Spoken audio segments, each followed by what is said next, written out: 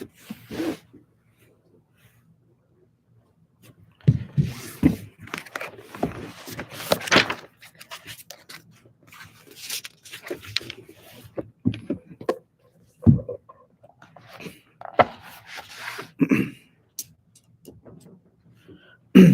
لله رب العالمين والصلاة والسلام على أشرف المرسلين نبينا محمد وعلى آله وأصحابه ومن استنى بسنته إلى يوم الدين. اللهم علمنا ما ينفعنا وانفعنا اللهم بما علمتنا وزدنا اللهم علما وعملا إنك ولي ذلك والقادر عليه. أما بعد، فهذا درسنا في شرح بلوغ المرام للحافظ ابن حجر رحمه الله، وغفر الله لنا وله ولسائر المسلمين آمين. وما زلنا في باب الخشوع في الصلاة.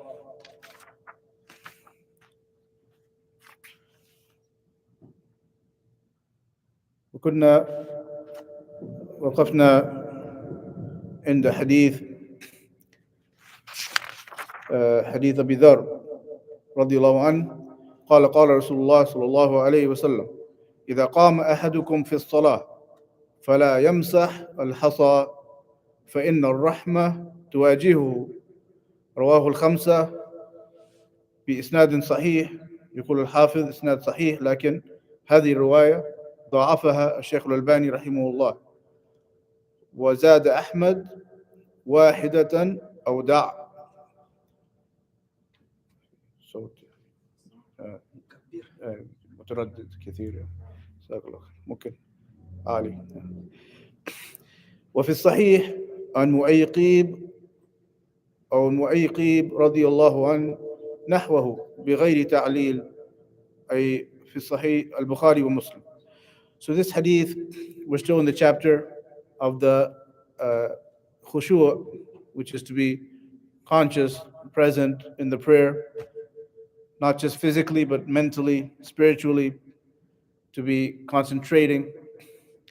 And this, we said, is some scholars say wajib ala qadr al-mustata'.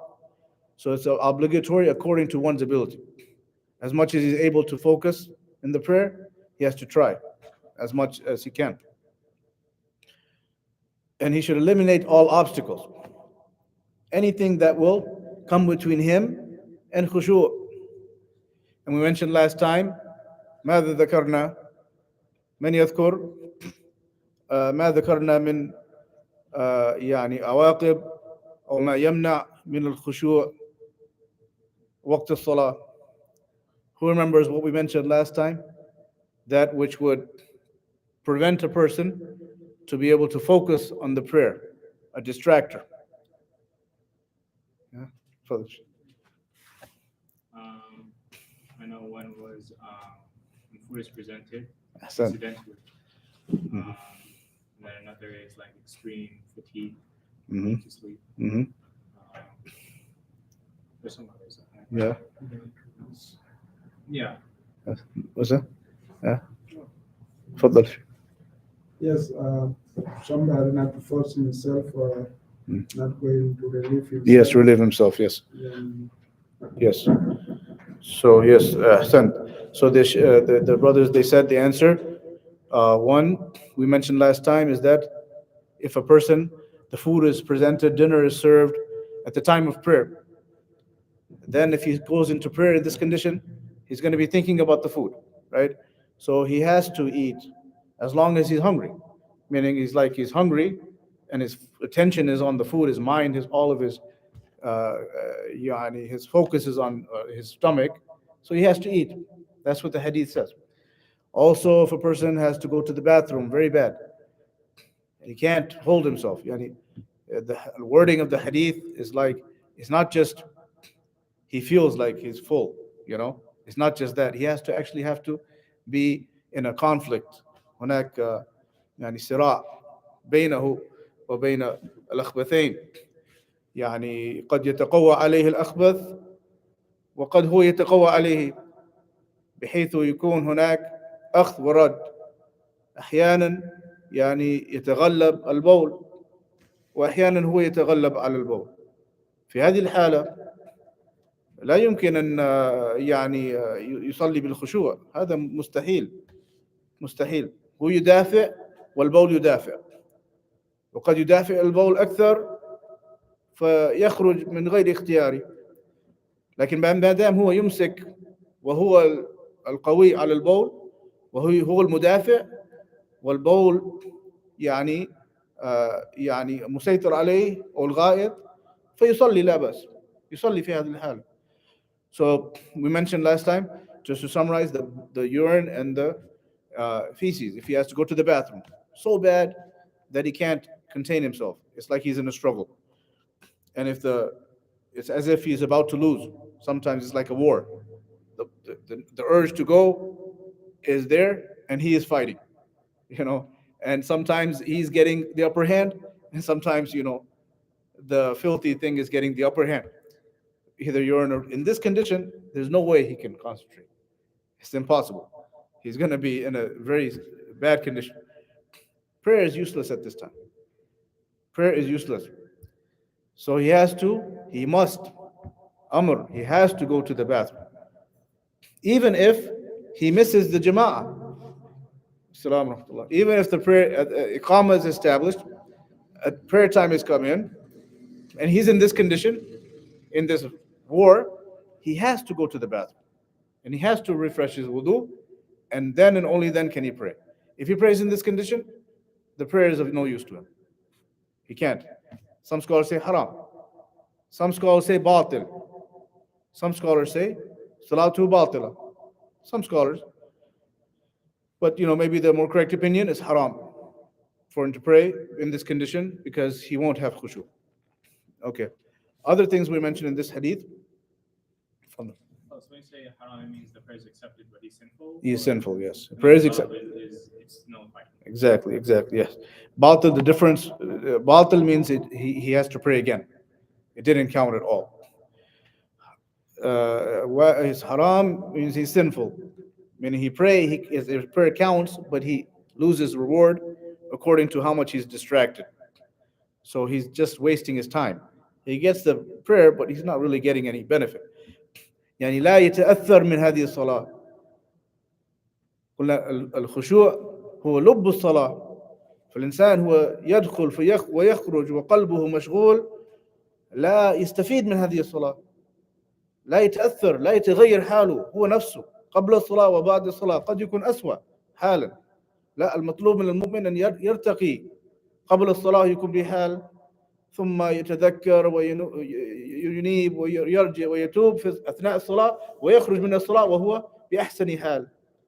هذه الصلاة. إن الصلاة تنهى عن الفحشاء والمنكر. إنما هذه الصلاة مع حضور القلب. So because we said the point of the prayer is not just emotion, it's not just a routine, it's not just a habit, and some people make it as just motions up and down like an exercise. This prayer will not carry benefit. Sure, it counts, he doesn't have to repeat it, but it's as if he's just walking, taking a stroll. When a person has a habit, he takes a walk every day. What is he thinking about? Is he thinking about each step? I have right foot, then left foot, and I have to, no, he's not thinking about the walk. He's thinking about something else. That's the prayer that will not have any benefit if it's just like a stroll in the park. No, if we pray like with our heart there, then we get the benefit of that we get better. The point of the prayer is to get better, because we all have deficiencies, we all have sins, we all have mistakes. So we come to the prayer to clean ourselves. Allah cleans us through the prayer. So we will only be cleaned if our heart is present in the prayer. So that's the point. So then this next hadith Abi Dharr radiyallahu anhu, أن رسول الله صلى الله عليه وسلم قال: إذا قام أحدكم في الصلاة فلا يمسح الحصى فإن الرحمة تواجهه. وزاد أحمد واحدة، أي لا يمسح الحصى مرة واحدة إلا مرة واحدة عند الحاجة، أو دع، أو لا يفعل ذلك إطلاقا. وأصل الحديث في البخاري ومسلم في حديث مؤيقيب قال النبي صلى الله عليه وسلم في الرجل يسوي التراب حيث يسجد أو حين يسجد، يعني هو يهوي للسجود، وقبل السجود يرى حصى في مكان سجوده، فيسوي كأنه غير مستقيم نوعا ما، فيسوي الأرض، يمسح الحصى. لأن في عهد النبي صلى الله عليه وسلم كان المسجد مفروشا بالحصى، ليس به في فراش كما في عهدنا كما هو معلوم، بل كانت تفرش بالحصى. فإنسان يعني يحتمل أنه يجد شيء غير مستقيم في مكان سجوده، فالنبي صلى الله عليه وسلم أرشد إلى أن الإنسان إما أن يترك هذا الشيء كما هو، أو إذا أراد أن يمسح أو يسوي فيفعل ذلك مرة واحدة فقط، لكن لا ينشغل بأن يمسح كل مرة، كل سجدة يمسح، لأن هذه الحركات يذهب الخشوع، يكون هو تركيزه على الحصى لا على الصلاة، فيخرج بذلك عن الخشوع. إنما مرة واحدة عند الحاجة. So this hadith indicates the Prophet sallallahu alaihi wasallam was said, if one of you, we'll mention the hadith in Bukhari, that he said, if one of you wants to, because the masjid at the time of the Prophet sallallahu alaihi wasallam was made of stones or pebbles or like gravel. This gravel, okay, no doubt that sometimes, it's a little hard. Maybe there's going to be some gravel sticking up a little bit, and they had to make sujood on this surface. It wasn't like carpet like our days. So this gravel, a man would wipe it with his hand when he went to make sujood. So the Prophet ﷺ said, if you want to do that, to wipe the ground and to straighten the ground or so on, to wipe it, only one time. Only do it one time, not more than that. Why? Because the more he keeps doing it and becomes focused on the gravel, the more it's going to detract from his khushu'. He won't be able to focus in the prayer. He'll just be focused on trying to level the surface. ولأن هذا فيه نوع من الصعوبة، أن يصلي إنسان على الحصى، هذا فيه نوع من صعوبة، ولكن هذه الصعوبة لا بد منها. لا يستطيع أن يزيل الحصى إطلاقا نهائيا، فليس هناك فائدة من كثرة الحركة. إذا حرك من هنا من طرف إلى آخر، فيكون الأرض في وجاج وغير استقامة مرة أخرى، لكن مرة واحدة يكفي.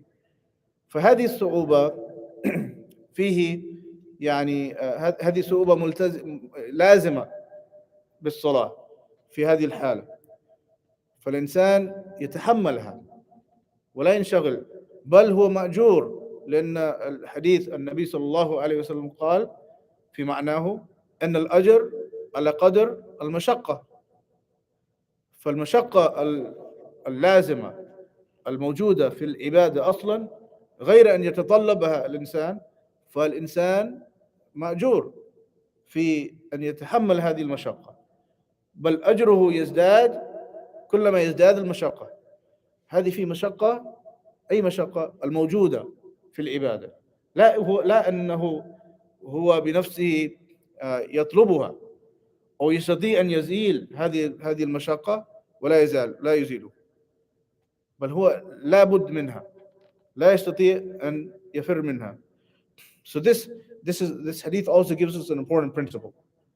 As you said, the scholars, they don't just go through the hadith according to what's the chapter topic and that only, but rather they take general principles from the hadith. So first of all, this hadith we said that a person, for sure, in the topic of the chapter, he will not be able to concentrate as he should if he's too busy with moving the stones. And one may ask, does this apply to our time? It could also, if a person has sees something, dirt or something, in something not najasa, obviously, but something that's doesn't he doesn't like to be in the place of his sujood. If there's something like something in the way, then he can move it one time. Or if he's praying at home, if he finds some object in his path, then he can move it one time. But he shouldn't be busied with it and trying to move every time he goes to sujood. Then he's not really praying in the right way. That's the point. So that's the application in the chapter of Khushuu. But the allowance for him is one time, because there may be a need, there may be something that's going to really actually distract him from the prayer if it's present.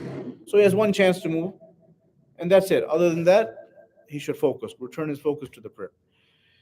So the point we're saying that in this case, the gravel, there was no way around it. That's how the masjid was built at the time of the Prophet ﷺ. They didn't have carpet. So as long as the gravel is there, there may be a little bit difficulty to pray, even if he tries to straighten it one time only. He might find some difficulty. It's going to be hard. It's going to be maybe leave some imprint on his forehead. Okay, there's no way around that though. He cannot escape from it altogether. So this type of difficulty, the hadith says that فَإِنَّ الرَّحْمَةَ تُوَاجِهُ, the mercy, because he should not move the stones and start to be busy with the stones, the pebbles, because the mercy faces him. Meaning that the more he bears this difficulty in this prayer, the more he receives the mercy from Allah Azza wa Jal. Why? This carries us to the principle. The principle is that the reward of the worship is according to how much difficulty a person finds in it. Means the difficulty that is in the essence of the worship. He cannot escape it. There's no choice. Like, for example, fasting in the summer. Like Ramadan when it's in the summer. Al-ajr ala qadr al-mashaqqa. The reward the more reward there is according to more difficulty. So a person fasting Ramadan in the summer will have more reward than a person fasting when his days are shorter. He'll have more reward. A person lives far from the masjid. Okay, if he goes to the masjid and it takes him longer than a person who lives closer to the masjid, he gets more reward. Why? Because there's more difficulty, longer time, more gas he has to spend, more early he has to leave. Obviously, he's going to be taking more difficulty, so he gets more reward if he prays at that further masjid. So this is because there's no way around it. Why? Because if Ramadan falls in the summer, he can't say, okay, I'll wait a few months and I'll fast Ramadan. It's going to be this month or he misses it. That's it. So he has no choice. So in this case, there's no choice. The masjid was surfaced with pebbles. He cannot pick another surface. He cannot change it. He has to live with it. But praying on this type of surface gets more reward than praying on a softer surface, praying on carpet. But if he has a choice, that's the point. If he has a choice to be able to pick a more comfortable surface to pray on, bring a rug, bring a sajjada, okay, and remove that difficulty and that hardship, he has to. I mean, he won't get and then he continues to pray. I won't say he has to, but he say if he continues to pray on the hard surface when he could make a softer surface, he doesn't get the extra reward now, because he was able to fix the problem. You see, so like the Shaykh gives example. مثاله إنسان في البر والماء بارد أمكنه أن يسخن الماء، يستطيع أن يسخن هذا الماء البارد، فإن ترك التسخين وتوضأ بالماء البارد فلا يؤجر على هذه المشقة، لأن بإمكانه أن يسخن الماء ويزيل هذه المشقة. ما دام أنه يستطيع إزالة المشقة ويبقى على حاله فليس مأجورا على هذه المشقة، ليس مأجورا. For example, the Sheikh gives example: a person is in the outside, he's in a, you could say in a, he's not at home, or even at home, okay, even at home, say, and the water is very cold, that's coming from the pipes, from the sink, freezing cold, dead of winter, freezing cold water, and he has a way, and it's time to pray, he has to make wudu, and he has a way to warm up the water. Okay, he can warm up the water easily and pray on time and so on. But he chooses to make wudu in the freezing, bitter, cold water, and he has difficulty in this wudu, no doubt, or he has to take a bath. Say better than that, he has to take a bath. عليه جنابة. فلا بد يغتسل والماء بارد. فجعل يغتسل بالماء البارد ليس مأجورا على هذه المشقة. If he goes ahead and takes the water with the bath with the freezing cold water, he's going to be shivering, very cold, suffering. Okay, no doubt he's doing ibadah, he's making ghusl, and he's taking a lot of hardship. But does he get reward for this hardship? No. يؤذب نفسه هذا تعذيب للنفس. He's just torturing himself. He doesn't get any reward in this hardship. Why? Because he had a way to warm up the water. As long as he had the way, we should qualify, as long as he had a way to warm up the water and to make his life easy, and he chose not to, then he has no reward for this difficulty. But if there's no way to warm up the water, okay, then that's the situation. It is what it is. What it is.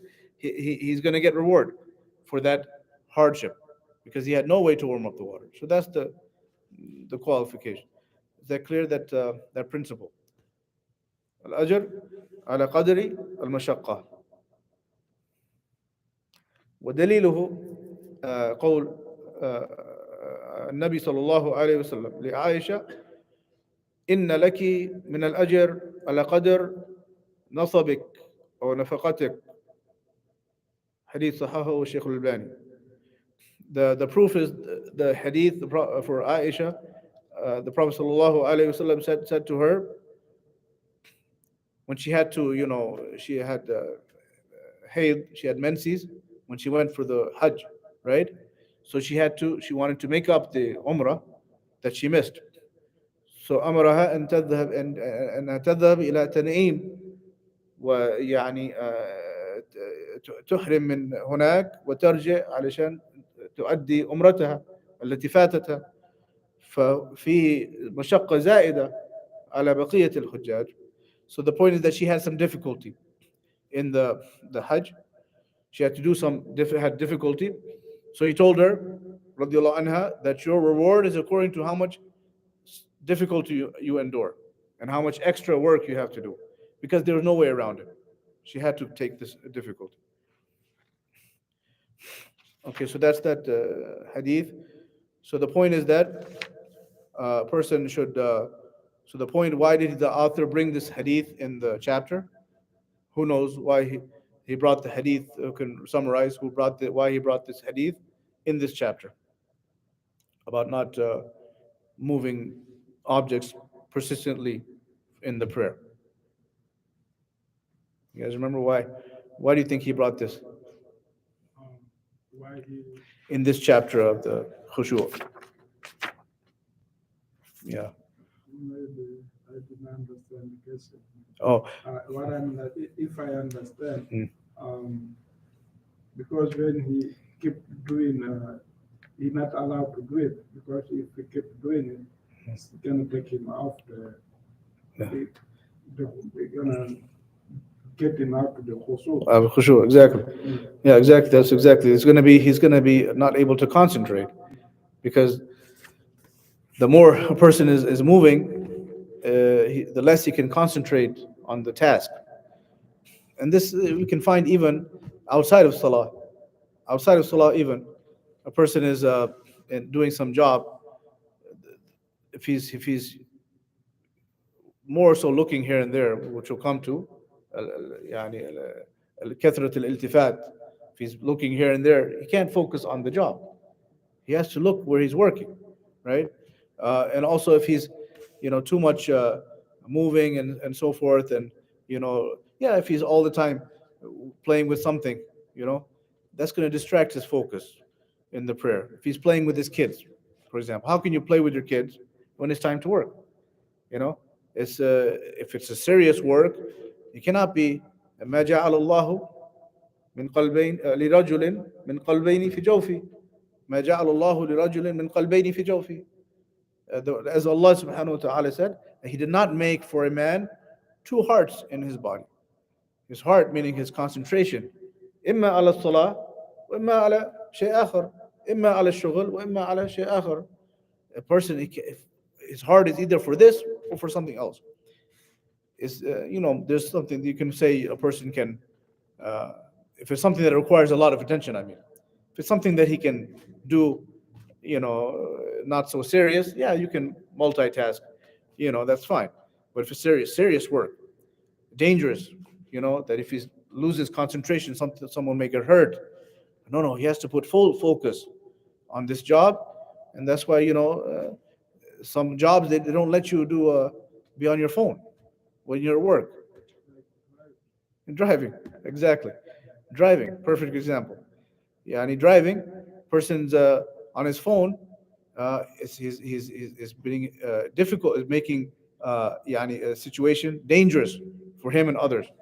So if a person, especially if it's a route that he doesn't know, it's a new route, not, of course, not GPS and things he needs. That's different. But doing some social media, he's looking at his social media and so forth, and email, and things that are not important.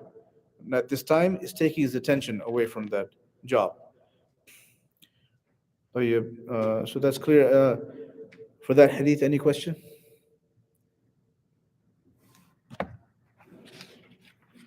Next hadith. And 15 minutes. Oh, okay. طيب إن شاء الله. طيب. Next hadith عائشة رضي الله عنها قالت سألت رسول الله صلى الله عليه وسلم عن الالتفات في الصلاة فقال هو اختلاس يختلسه الشيطان من صلاة العبد رواه البخاري وللترمذي عن أنس. وما نذكر هذا الحديث لأنه ضعيف هذه الرواية. فالحديث في البخاري أن عائشة سألت رسول الله صلى الله عليه وسلم عن الالتفات. والالتفات هو النظر يمينا أو شمالا.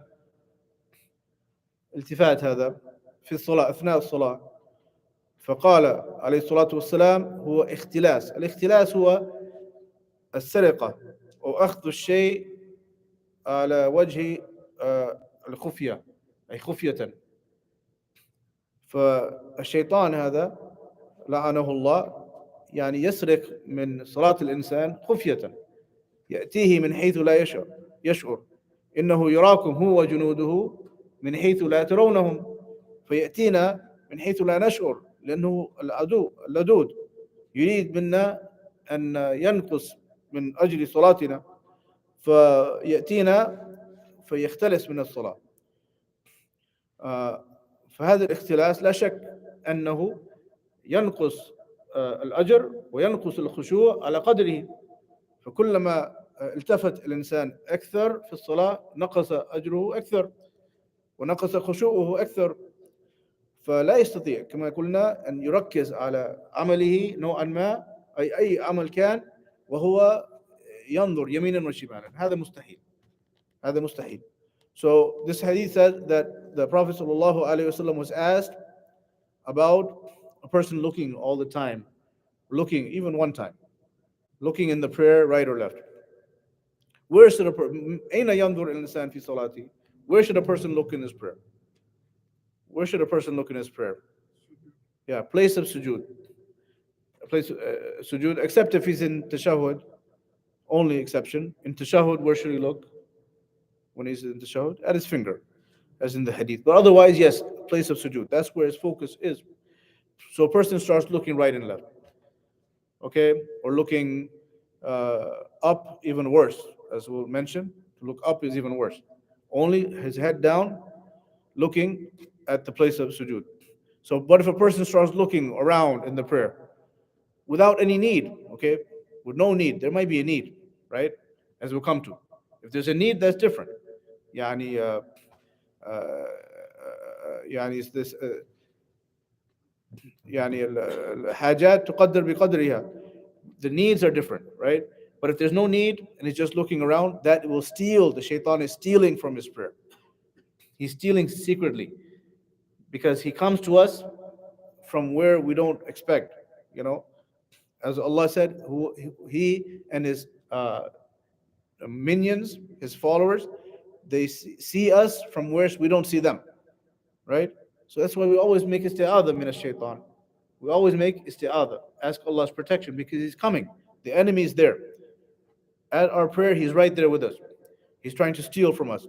So when he steals, that means that a person does not have full, he's lost something, right? That's what the definition of stealing. He's lost what? Khushuu. So when a person loses the khushuu, he loses the reward. That's the point of the hadith, right?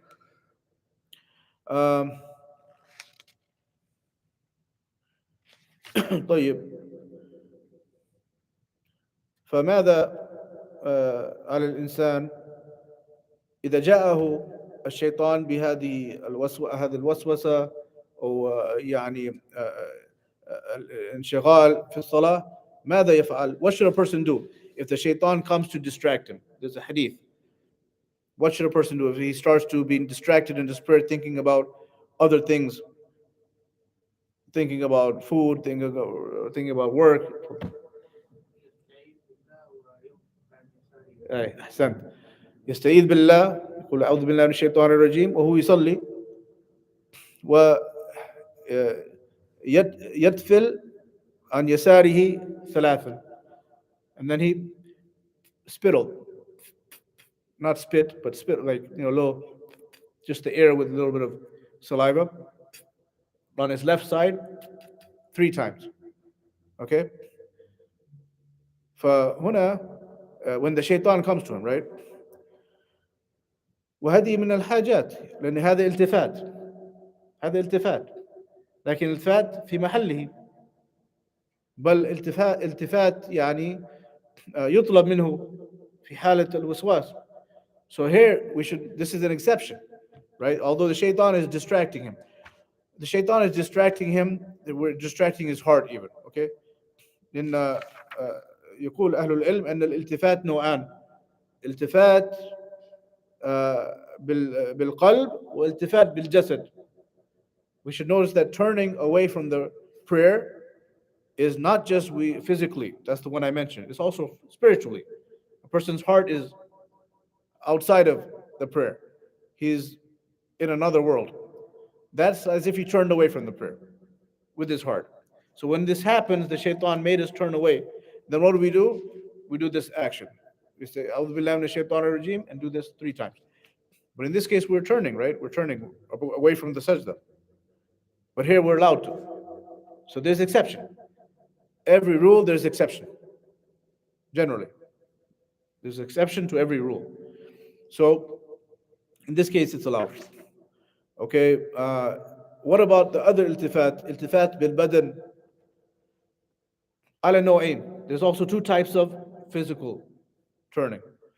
الالتفات بالصدر حتى ينحرف عن القبلة, هذه مبطلة للصلاة. إذا انحرف تماما عن القبلة, لأن من شرط الصلاة استقبال القبلة. إذا انحرف حتى مثلا لا يتجه إلى جهة اليمين بل يتجه إلى جهة الشمال أو إلى جهة الغرب في الصلاة, فصلاته باطلة. When it comes to turning in the prayer, there's the extreme turning with his whole body. If his whole body turns away from the prayer, where he's not facing the Qibla anymore, then that type of turning away will make his prayer invalid. If he turns like all the way, he's not facing any, no longer east or northeast, he's facing, for example, west, then his prayer is false. But if it's like a little bit of turning, okay, right or left with his head, not with his whole body, then yanqus ajruhu, then his reward decreases according to how many times he moves, because the shaitan is stealing, right? Illa in the haja. ما هي الحاجة للالتفات? What is a need that a person may need to? المأموم, قلنا نقول المأموم, the follower in the prayer. What is a need that he may have to look, either with his eyes, or maybe sometimes if he may have to turn his head. Where's the need that he may need to do that? المتابعة للإمام. ها؟ لأن إذا ما يستطيع أن يصلي ويتابع الإمام إلا بالنظر إليه بلحظه أن يلاحظ الإمام فله ذلك بل يجب عليه متابعة الإمام. When that person cannot follow the Imam properly without seeing his motion, right? He can't tell, for example, why? Because the Prophet, the Sahaba, they used to كانوا إذا صلوا مع النبي صلى الله عليه وسلم فرفع رأسه من الركوع قاموا قياما حتى يرونه قد سجد يرونه بأبصارهم. So why? Because the Sahaba, they used to not go down to sujood until they had seen him finish his motion to sajda. So that means the Sahaba, they were noticing, at least with their eyes, when did he finish his sajda, right? And then and only then did they proceed to their sajda. Okay, they wouldn't even bend their backs until he'd finished his sajda, right? So this is where the motion, the looking, there's a need for. This is for the follower. منفرد ليس له ذلك والإمام طبعا ليس له ذلك ما يحتاج إلى ذلك. The Imam doesn't need to do that because he's the Imam. He doesn't need to follow anyone. And also the person praying alone, individually, he's praying alone. He doesn't have an Imam. He's his own Imam, so he doesn't have to look at anyone to establish his prayer. Only for the follower. And that's if there's a need. If there's a need, for example, it's a long row, right? And he's on the end of the row. How is he going to be able to tell when the Imam makes sajda? He has to look a little bit, right? Look a little bit. وهذه الحركة على يعني تقدر بقدرها, only as much as he needs. Okay, he doesn't need to turn all the way, to see the Imam. He doesn't have to. Only a little bit look. Okay, so that's the meaning of that hadith. Any questions on that movement? So this takes away هذا يعني اختلاس يعني ينقص الخشوع به فينقص أجر الصلاة هذه الاختلاس. والله تعالى أعلى وأعلم وصلى الله وسلم وبارك على نبينا محمد وعلى آله وأصحابه أجمعين. ونكتفي بهذا القدر ونواصل الكلام في هذا الباب في درس قادم إن كان في الأمر بقية. وصلى الله وسلم وبارك على نبينا محمد وجزاكم الله خيرا أجمعين. When he asked him for, you are like him, somebody taller than him, he's in front of him. How you gonna look if the Imam went down or not? You're someone in front of you, you follow the row in front of you. You see? The people in the first row, they see the Imam. Second row or back row, they don't see, so they follow the rows in front of them. وهذه مناسبة النبي صلى الله عليه وسلم بني له المنبر فقال حتى تتعلموا صلاتكم حتى يروا النبي صلى الله عليه وسلم ويتعلموا. So if the Imam is, anyway, the point is that if people who are far in the back or not as tall, they have to follow the other rows. And each row will follow, the Imam, and each row will follow the row in front of them. And then that's why everyone's going to be on the same page. وإياك.